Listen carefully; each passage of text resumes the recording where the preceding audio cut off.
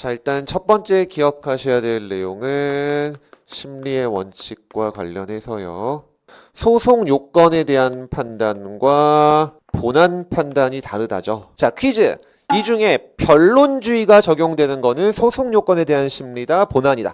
변론주의. 네가 말해야만 내가 판단을 해주겠다. 본안이죠. 정확하세요. 본안은 네가 말해야 되고 네가 증거를 가져와야 내가 재판을 해주는, 판사는 어디까지나 심판이다. 니네가 가져와 라는 변론주의가 적용된다면은, 자, 소송 요건은 엄밀히 말하면 원피고의 이익이 아니라 누구의 이익을 위한 거다? 법원의 이익을 위한 거죠. 왜 개념 자체가 쓸데없는 재판을 안 하겠다. 가뜩이나 판사 숫자 부족하니까 이상한 재판 다 쳐놔야겠다는 목적이 바로 소송 요건이거든요. 그럼 법원의 이익, 똑같은 말, 공익을 위한 거니까 변론주의가 아니고 뭐가 적용되나요? 직권조사사항이라고 하죠. 정확하세요.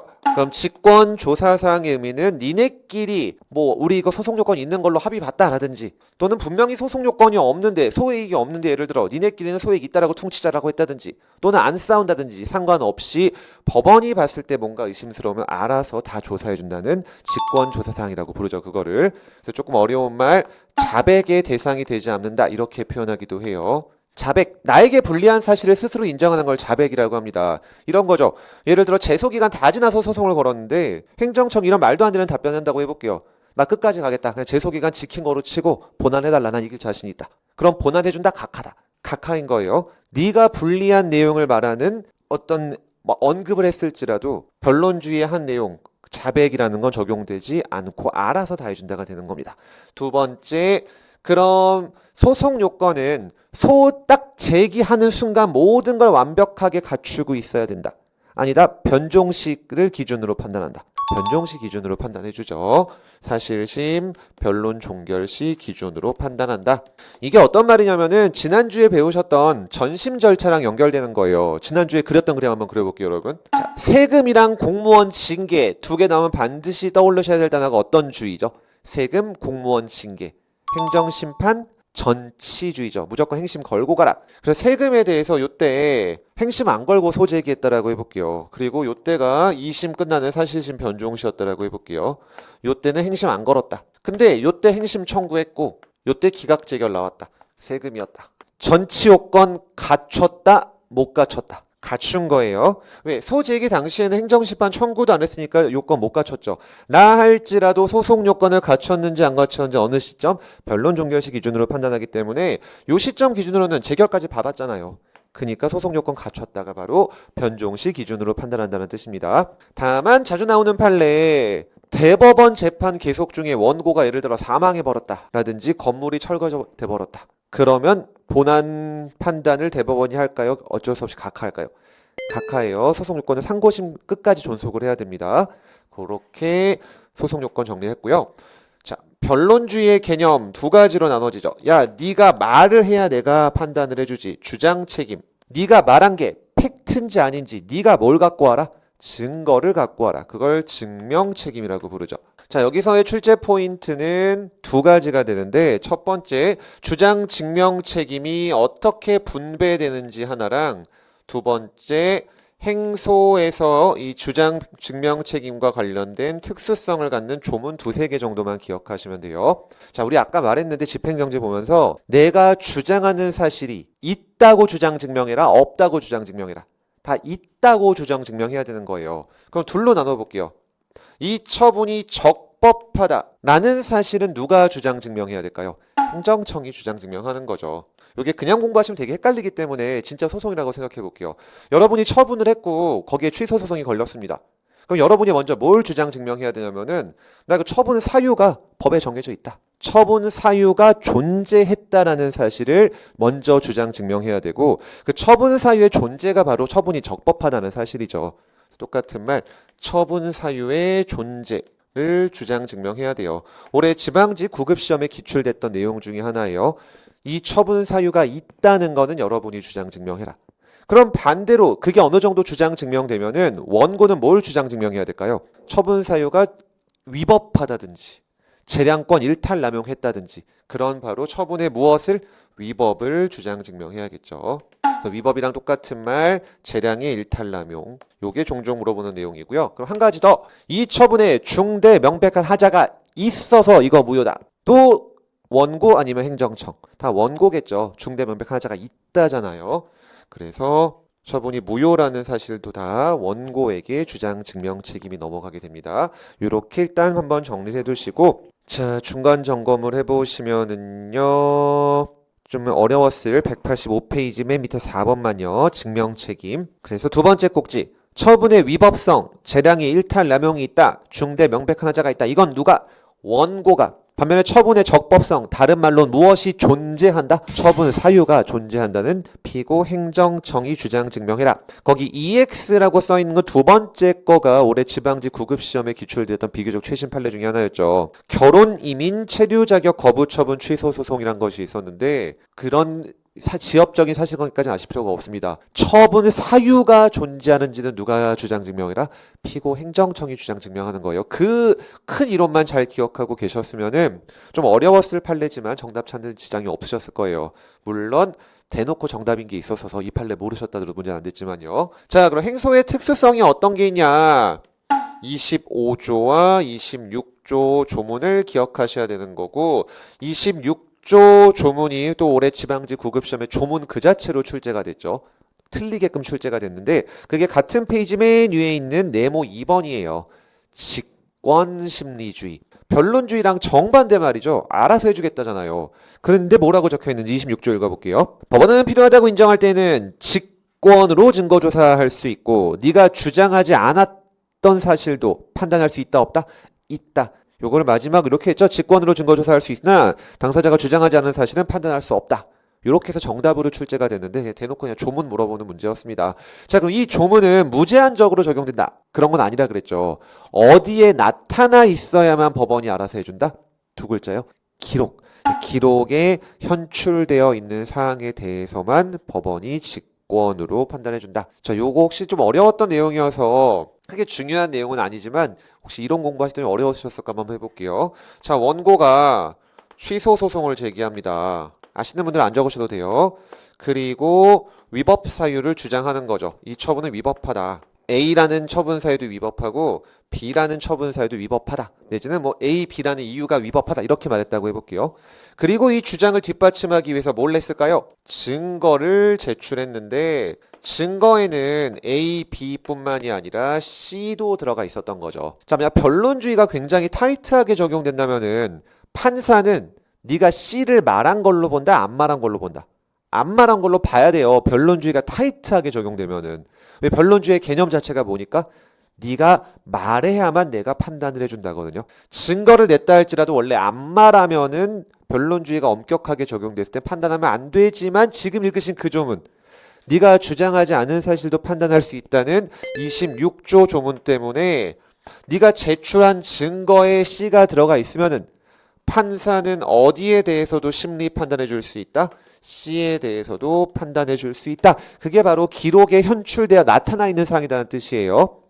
근데 그거를 벗어나는 것까지는 제 아무리 직권조사사항을 정한 26조가 있다 할지라도 적용되지 않는다가 되는 거고 밑에 최신 판례 EX 하나 달아놨죠. 자, 명의신탁 등기 과징금과 장기 미등기 과징금. 자, 이것도 그냥 이렇게 보시면 전혀 이해가 안 되실 텐데 자, 행정청이 누군가한테 과징금을 때렸습니다.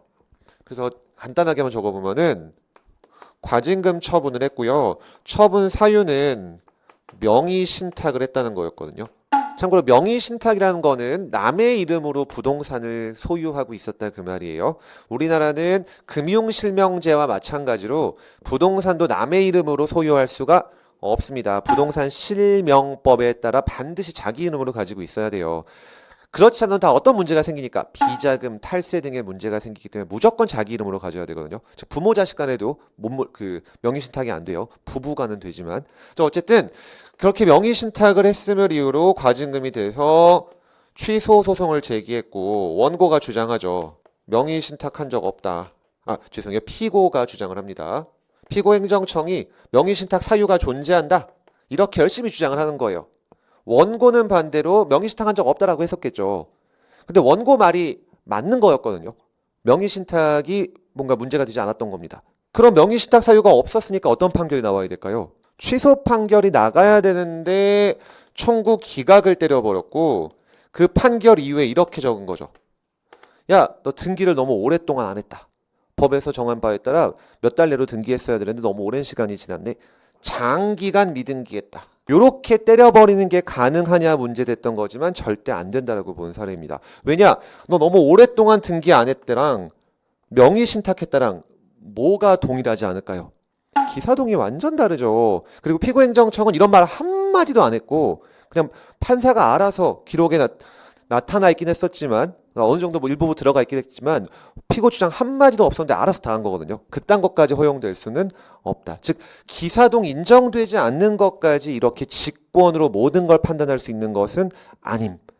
이런 좀 어려웠던 판례가 하나 있는데 그래서 어쨌든 직권 심리는 무제한적으로 인정되는 것이 아니라 보충적, 제한적으로 인정된다. 그 정도만 기억하시면 충분하세요. 다음 25조 조문도 있죠. 이것도 읽어볼게요. 이것도 올해 지방지 구급시험에 그대로 출제가 됐습니다. 법원은 당사자가 신청을 하면은 재결을 행한 행정청, 즉 행심위한테가 야 행정심판 기록 좀 갖고 와봐라고 명할 수 있다. 출제 포인트는 직권으로 된다 안 된다? 안 된다예요. 네가 꼭 신청해라예요. 9년 전에는 직권 이래서 틀리게끔 한번 기출된 적이 있었고 올해 지방직 시험에서는 그냥 맞는 선지로 출제가 됐습니다. 직권 X를 꼭 기억하셔야 돼요. 왜냐? 행정심판 기록들은 다 어떻게 보면은 증거와 관련된 것들이기 때문에 변론주의 영역이고 네가 말해라 라는 취지로 이해를 하시면 돼요. 자, 이렇게 심리의 원칙 앞부분을 마치고 뒷페이지 제 이론서 기준으로는 이 부분은 굉장히 뒷부분에 있긴 하지만 노트에는 좀 순서를 바꿔놨거든요. 자, 위법 판단의 기준시 그림으로 그려볼게요. 요때 처분을 했고 요때 소송을 제기했고 요때 변종시다. 자, 이 처분이 위법한지를 판단하는 기준 시점은 처분시, 소재기시, 변종시. 처분시죠. 이거는 우리가 앞서부터 주구장창 본 거죠. 그 뜻이 무엇이냐? 이렇게 가정해 볼게요. 처분의 근거법이 개정됐다. 요때는 A법, 요때는 A-법. 요때는 적법, 요때는 위법.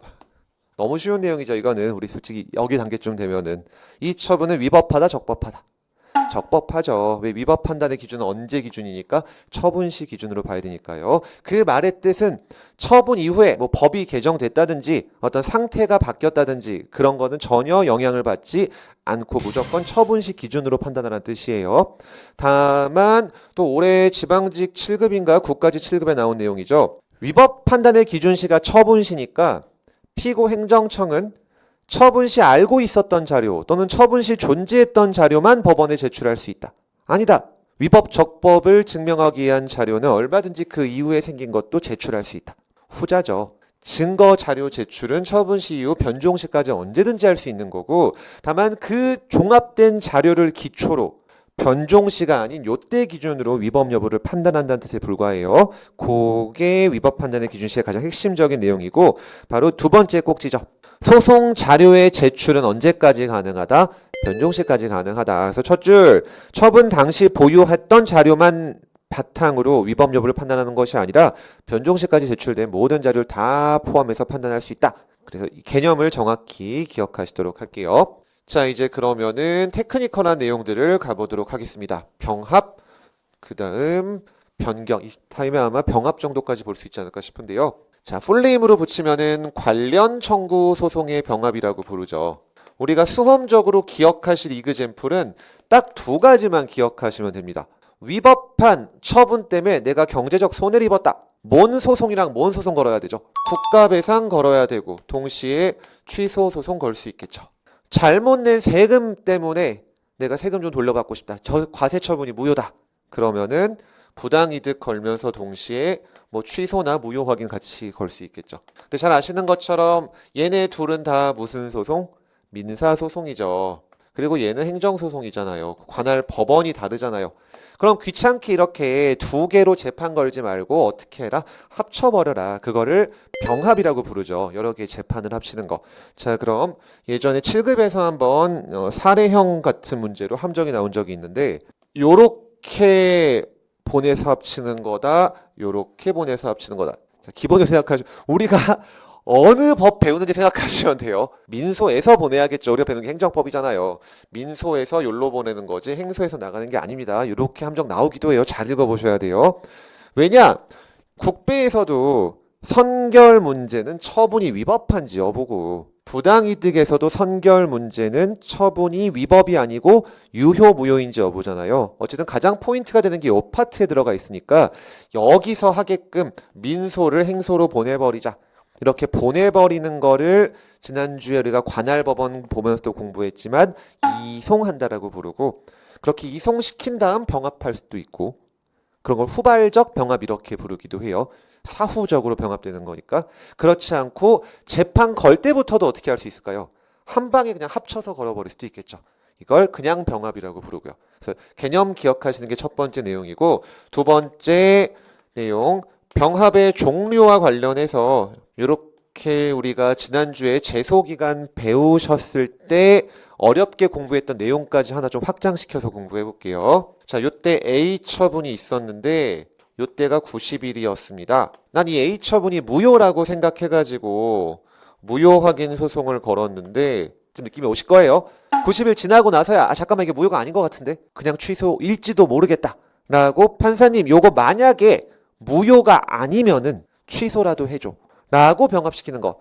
다시 판사님 먼저 무효 확인 좀 해줘요. 중대 명백한 하자가 있습니다. 근데 만약에 무효가 아니면은 취소라도 해줘 라고 취소를 병합시켰다라고 했을 때 우리가 지난주에 추가적 병합이란 걸 하나 배우셨고요. 중간에 더 해달라고 하는 거니까. 두 번째, 얘네들은 어떻게 병합돼야 될까요? 정확히요. 예비적 병합이라고 부르죠. 즉 동일한 처분에 대한 무효 확인 소송과 취소 소송은 오직 어떤 병합만 가능? 예비적 병합만 가능한 거예요. 왜냐? 어떤 처분이 무효이면서 동시에 취소 사유가 될 수 있다, 없다? 없다. 양립 불가능한 애들이기 때문에 걔네들은 if not을 걸고 병합시키는 예비적 병합으로만 가능하다. 가 병합의 종류에서 기억하실 유일한 출제 포인트라고 보시면 돼요. 그 다음 이왕 본 김에 지난주 내용 복습. 이 취소 청구의 추가적 병합은 90일 지나서 이루어졌으므로 부적법하다, 아니다. 받아들여질 수 있다. 받아들여지죠. 왜? 원래 추가적 병합은 원칙적으로 이 추가된 소가 제소 기간을 지켰는지 추가 신청 시 기준으로 판단, 최초 소재 시로 판단. 원칙적으로는 요때 기준이지만 마법의 키워드였잖아요. 야, 네가 무효 확인해달라는 말 속에 뭐가 들어가 있다? 무효 아니면 취소해달라고 말한 거지? 라고 이때 이미 말한 걸로 봐서 요때 기준으로 봐줬죠. 다 연결되는 개념이에요. 병합의 종류까지 보셨고 병합의 효과와 관련해서 출제되는 거 하나 가볼게요. 당사자 소송에다가 어떤 A소를 병합시켰는데 당사자 소송이 소의 요건을 못 갖춰서 부적법 각하된다. 그러면은 병합시킨 A소는 본안 간다, 같이 각하된다. 같이 각하되는 거예요. 즉 관련 청구의 병합은 주된 청구가 적법할 걸 전제로 이루어지는 것이기 때문에 주된 청구가 각하되면 병합된 청구도 같이 각하가 원칙입니다. 그리고 요 원칙 판례는 한두 번 정도 기출된 내용이기도 해요. 근데 아직 한 번도 출제 안 된 예외가 하나 있긴 있었죠. 바로 이런 거였습니다. 취소 소송에다가 당소를 병합시켰다. 근데 요게 소송 요건을 못 갖췄더라. 자, 요건 우리 판례가 예외적으로 이렇게 봐줘요. 야, 네가 처음부터 취소 소송 걸었다는 말은 만약 취소 소송의 소송 요건 못 갖췄으면은 뭐 하려는 취지가 있었다? 당사자 소송으로 바꾸려고 했던 취지가 있지? 그러니까 요거 건 걸로 봐줄게 라고 보는 매우 예외적인 판례가 있고 요거까지 기출된 적은 없긴 해요. 훨씬 더 중요한 거는 위에 거를 정확히 기억하시면 되겠습니다. 그래서 요 내용은 188페이지 4번의 첫 번째 꼭지에 적혀 있죠. 두 번째 줄 먼저. 주된 청구인 당소가 각하되면은 병합된 소송도 원래 각하돼야 돼요. 근데 매우 예외. 뭐랑 뭐가 병합됐다? 취소랑 당소. 둘 다 항고소송인 것이, 둘 다 행정소송인 것이 포인트였습니다. 자유롭게 소변경이 가능하기 때문에 당사자 소송으로 각하하지 않고 네가 처음부터 취소 소송 건 거를 그냥 나 처음부터 당소 걸 취지가 있었지, 너 소변경 취지가 있었지 라는 취지로, 즉 병합 신청한 걸 소변경 청구로 받아들여주는 거예요. 그래서 본안 판단해줬다. 그 예외 하나 기억해 두시고, 그 다음 또 굉장히 자주 나오는 게 요 내용이죠. 이제 여기까지만 보고 잠깐 쉬도록 할게요. 확실히 좀 어렵죠, 오늘 거. 이 심리 파트가 제일 기출 자체도 많이 되진 않은 부분이어서 여러분이 아마 회독이 부족하실 수밖에 없는 부분이라 좀 어려우실 거예요. 이렇게 병합된 사례 말씀으로만 드려볼게요. 취소 소송 걸면서, 즉 과세 처분에 대해 취소 소송 걸면서 부당이득 병합시킨 겁니다. 그럼 1번 취소 판결이 확 확정되어야 부당이득 청구 인용 판결 선고할 수 있다. 2번 취소 판결 선고만 되면은 부당이득 청구 인용 판결 선고할 수 있다. 후자죠. 취소 판결이 뭐 대법원까지 올라가서 확정될 필요 없이 1심에서 예를 들어 우리가 1심 판사라고 생각해 볼게요. 취소 소송도 지금 심리해야 되고 부당이득도 심리하는 중이에요. 근데 보니까 처분이 위법한 겁니다. 과세 처분이. 그럼 취소 판결 때리면 되죠. 그럼 동시에 설령 내가 때린 취소 판결이 2심, 3심에서 뒤엎어질 가능성이 있을지언정 어쨌든 내가 판사고 내가 1심 최종적인 결론 내려줘야 되니까 취소 판결 선고하면서 어떤 판결도 때릴 수 있다? 부당이득 청구 인용 때릴 수 있는 거예요. 확정될 필요가 없다가 굉장히 자주 나오는 함정 포인트죠. 그게 맨 마지막 줄. 취소 판결 확정될 필요 없이 선고만 있으면 동시에 부당이득도 가능하더라. 이거 확정되어야 한다 이런 식으로 오선지로 많이 등장합니다. 자, 이렇게 보시면은 병합까지 봤고요. 되게 힘들게 봤지만 가성비 제일 떨어지는 부분이어서 1시간 동안 공부한 내용이 내년 시험에 무조건 나온다는 보장은 없죠. 자, 가성비 제일 떨어지는 부분을 배우셨고 10분 정도 쉬었다가 소 변경부터 계속 가도록 할게요.